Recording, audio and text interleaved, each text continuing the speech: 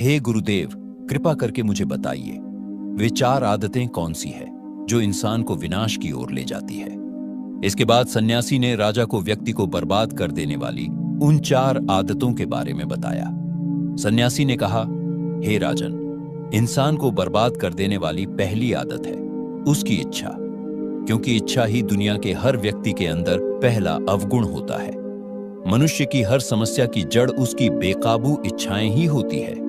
जो व्यक्ति अपनी इच्छाओं पर नियंत्रण नहीं कर पाता है वह जीवन में किसी भी जगह सफल नहीं हो पाता है, क्योंकि जैसे ही उसकी एक इच्छा पूरी होती है वह दूसरे की ओर बढ़ने लगता है, दूसरी पूरी होती है तो वह तीसरी इच्छा के पीछे भागने लगता है, और फिर ऐसा करते करते इच्छाओं पर नियंत्रण न होने के कारण व्यक्ति के मन में संतोष का भाव नहीं आ पाता है और व्यक्ति इसी जाल में उलझा रहता है। इसीलिए राजन, जब हम अपनी इच्छाओं पर काबू पा लेते हैं तो हम हमारे मन पर भी काबू कर लेते हैं, और जब हमारा मन हमारे वश में होता है तो हमें अपार सुख की प्राप्ति होती है। फिर जो हम चाहते हैं वही हमारे साथ होता है। फिर सन्यासी राजा से आगे कहता है, हे राजन, मनुष्य को विनाश की ओर ले जाने वाली दूसरी आदत है वासना। वासना का जन्म हमारे मन में उठती अनियंत्रित इच्छाओं से होता है, जो इंसान को एक अंधे रास्ते पर धकेल देती है। जिस प्रकार इच्छाओं का कोई अंत नहीं होता, उसी तरह मनुष्य वासना की जाल में फंसता चला जाता है।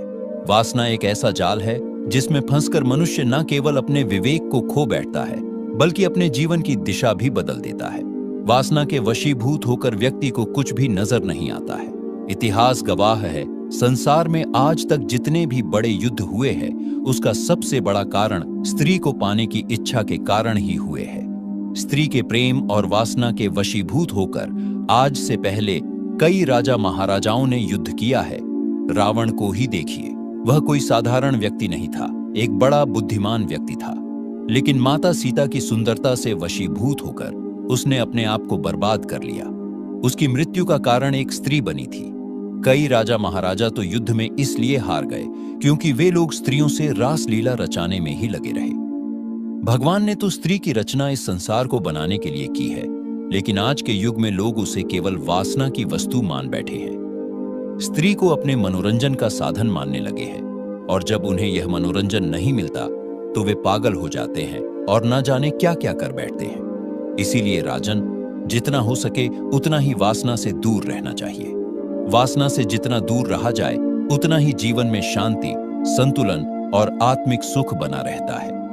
जो व्यक्ति वासना पर विजय पा लेता है वह वास्तव में स्वयं पर विजय पा लेता है।